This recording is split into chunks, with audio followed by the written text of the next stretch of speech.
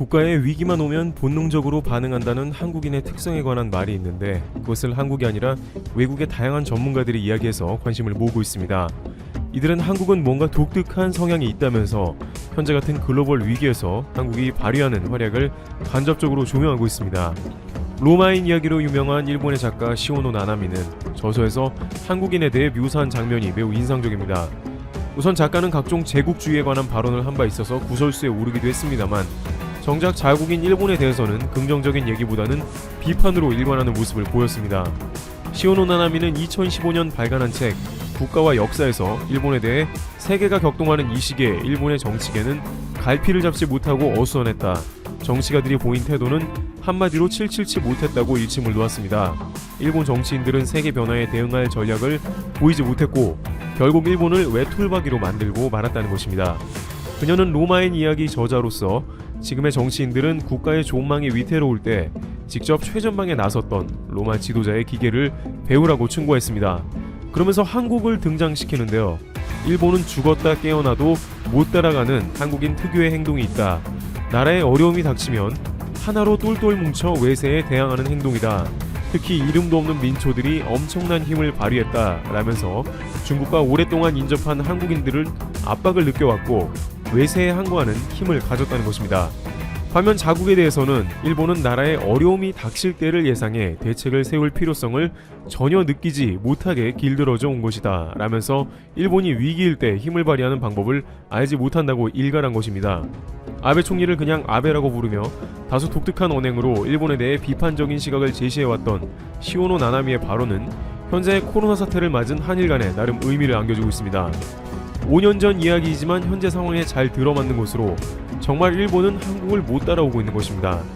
일본은 코로나를 대응하는 대신에 덮어버리거나 테스트 숫자를 줄이는 방식으로 대응하면서 일본 코로나의 위기를 더욱더 심각하게 만들면서 일본 정부의 위기 관리가 도마 위에 올랐습니다. 아베 총리는 급기야 자신의 스캔들 및 코로나 문제를 비롯해 위기관리 실패로 옷을 벗게 되었습니다. 그런데 일본이 이번 상황에서 한국을 가장 부러워하는 것 중 하나는 바로 교육 부분이라고 전해지는데요. 다른 것은 몰라도 일본의 학부모들도 일본의 자녀들이 제대로 된 교육을 못 받는 것은 원하지 않기 때문입니다. 일본 NHK 국영방송은 지난 4월에 한국에 방문해서 코로나19 관련해 EBS 방송이 일제히 학년별로 방송 채널을 편성한 유례없는 장면을 보도했습니다. 한국의 코로나가 창궐하자 불과 한 달도 안 되어서 EBS는 일사천리로 학년별 방송을 편성했습니다. 학생들의 등교를 금지시킨 후 온라인 수업 전환 속도가 매우 인상적이라고 NHK는 전합니다. 일본은 답답했죠. 문부성은 여전히 학교에 아이들을 등교시키고 있었고 비대면 수업이라고 나온 대책은 학생들은 교실에 있고 선생님만 화면으로 나오는 웃지 못할 장면도 있었습니다. 일본이 기술이 없는 것도 아니었지만 문부성을 비롯하여 행정 속도도 매우 느려서 엄두도 못 내는 것입니다. 한국은 과학기술정보통신부가 EBS에 신속하게 PP 채널 5개를 사용할 수 있도록 긴급 허가하는 등 모든 조직이 학생들이 온라인 수업을 할 수 있도록 초고속으로 조직되어 움직인 모습을 보입니다. 영국 BBC는 이와 관련하여 한국은 속도의 민족이라 설명하면서 누구보다 빠른 문화를 가지고 있다고 전합니다.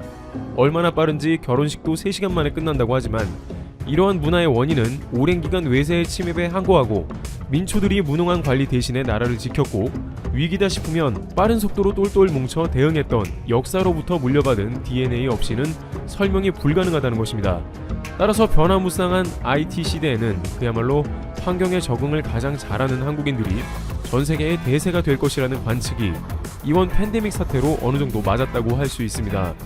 무조건 빠른 게 좋을 수는 없습니다만 국가 비상사태, 국가 재난사태에는 일사불란하게 국민들이 한마음으로 움직이고 서로를 다독이고 때론 경계하지 않으면 무너집니다. 이번 팬데믹 사태에 미국이나 선진국들이 무너진 원인에 대해서 바로 안일함이라고 지적하며 자책하는 해외 전문가들이 있었습니다.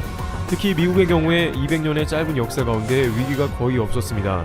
팍스 아메리카나를 추구하며 탄탄대로를 달려온 미국은 말 그대로 지금까지 평화로운 상태였기 때문에 이러한 나라 전체의 공난에 국민들은 당황했으며 힘을 합쳐 이겨야 함에도 불구하고 그들은 오히려 시위로 사회 질서를 어지럽혔고 방역을 사실상 포기해 이런 위기를 감당하지 못하는 모습입니다. 국내에서 유명한 프랑스의 작가 베르나르 베르베르는 한국인들은 과거의 아픔이 있기에 미래를 바라보는 민족이며 그것이 지금 한국을 발전시키는 원동력이 되고 있다고 설명하고 있습니다. 한국이 오랜 기간 시달려왔던 역사 그리고 그것을 이겨낸 저력이 지금 빛을 발하고 있는 것입니다. 한국인들은 지리적 특성 가운데 국난 극복의 DNA를 가졌다고 말하는 전문가들도 있습니다. 킹스 칼리지 전쟁사학 앤드류 램버트 교수는 만약 한국이 영국과 같이 섬나라였다면 나라의 안보를 지키기가 매우 수월했을 것인데 러시아와 중국, 일본 등에 둘러싸여 있다는 것은 굉장히 어려운 방어 전략을 쓸 수밖에 없었으며 그 가운데 한국인은 위기 극복 능력이 생겼다고 합니다. 그럼에도 불구하고 한국이 경제, 군사 대국이 된 것은 한국이 강한 나라라고 볼 수밖에 없다고 평가합니다. EBS 다큐 프라임에 출연한 칼 아이켄 메리 스탠퍼드 교수는 한국이 만약에 동북아시아가 아니라 아프리카나 유럽 혹은 남미에 있었다면 그 지역의 실세가 되었을 것이라고 이야기하고 있습니다. 네티즌들은 이에 관해서 동북아시아와 러시아까지 붙어있고 핵무기를 보유한 북한 등에 둘러싸인 한국은 정교 5등이 모두 모여있는 반에서 고군분투하는 정교 3, 4등 정도가 아닐까라고 비유하고 있습니다. 반에서는 비록 3, 4등을 하지만 다른 반에 가는 순간 즉 다른 유럽이나 아프리카, 남미 등에 간다면 한국은 최상위 국가로 손색이 없다는 것입니다. 오히려 강한 나라들이 몰려있는 섹터에 들어가 한국인들은 자신들이 강한 줄도 모르고 겸손해졌으며 꾸준하게 힘을 기르고 있다고 설명하고 있습니다. 사실 한국만한 땅 넓이에 너무 과도한 군사력이 모여있다고 전문가들은 입을 모으고 있습니다. 미국의 군사력 평가기관 글로벌 파이어 파워가 내놓은 2020년 국가별 군사력 순위에서 한국이 6위를 차지했는데 한국보다 앞선 나라들은 미국, 러시아, 중국, 인도 등으로 하나같이 인구나 면적 등 한국의 수십에서 수백 배의 규모를 가진 나라들로 한국이 이에 필적한다는 게 말이 안 된다는 것입니다. 그런데 한국은 현재의 군사력에 만족하지 못하며 여전히 뜻밖의 행동을 이어가고 있습니다. 주변국들 때문에 늘 긴장하며 국방비를 늘려가면서 군사 대국으로 발전을 거듭하고 있는 것입니다. 북한 당국은 한국에 과연 남조선이 북한과 평화롭게 지낼 의지가 있냐면서 파렴치한 남조선의 돈 낭비는 한반도를 불구덩이로 몰아넣는다며 한국의 국방비 증강에 대해서 원색적인 비난을 하기도 했습니다. 이와 같이 한국은 주변국들로 인해 저절로 항상 긴장하며 대비하고 있는 자세가 있는 것입니다. 이번에도 한국 국민들은 특유의 똘똘 뭉침으로 당국의 방역 수칙을 철저하게 따르며 1, 2차를 모두 이겨냈습니다. 이제 3차의 감염 확산이 일어나고 있는 단계인데 이 역시 감염 당국은 2.5단계의 격상을 선언하여 계속해서 감염 확산을 방지하고 한국을 안전한 나라로 만들기 위해서 애쓰고 있는 모습인 것입니다. 이 가운데 역시 가장 주목되는 점은 국민들의 희생입니다. 많은 자영업자들과 문을 닫아야 하는 업계에서는 엄청난 경제적인 희생을 감수하면서 정부의 방역 지침에 협조하는 모습을 보이고 있습니다. 물론 여전히 한국 사회 곳곳에서 일어나는 집단주의나 개인 이기주의 등으로 코로나 확산이 멈추지 않습니다만 한국 특유의 DNA로 이러한 국난을 결국에는 극복하지 않겠냐는 관측도 제기되고 있습니다. 5년간은 관계 개선 없다고 언급한 충격적인 현재 상황. 북한과의 밀수출 정황 공개되면서 일본의 파렴치함에 다시 한번 경악. 이 두 가지 주제에 대해서 한번 다뤄보겠습니다. 좋아요, 구독 한 번씩만 부탁드리면서 출발하겠습니다. 오늘 충격적인 소식이 일본 언론 니케이를 통해 보도가 되었습니다. 아베가 측근들에게 향후 5년 동안 한국과의 관계 개선은 없다고 언급한 충격적인 소식이 보도가 되었는데요. 10월 들어서 한국은 여전히 우리의 중요한 이웃이다. 한국과 대화 창구를 닫을 생각은 없다. 이렇게 공개석상에서 조금은 유화적인 제스처를 취한 것과는 전혀 다른 행동을 보였다는 점에서 우리에게 충격을 주고 있습니다. 이낙연 총리가 일왕 즉위식에 맞춰서 일본 방문이 예정이 되어 있죠. 짧은 시간이지만 관련 안건들에 대해서 아베와 이야기를 나눌 것으로 보도가 되고 있습니다.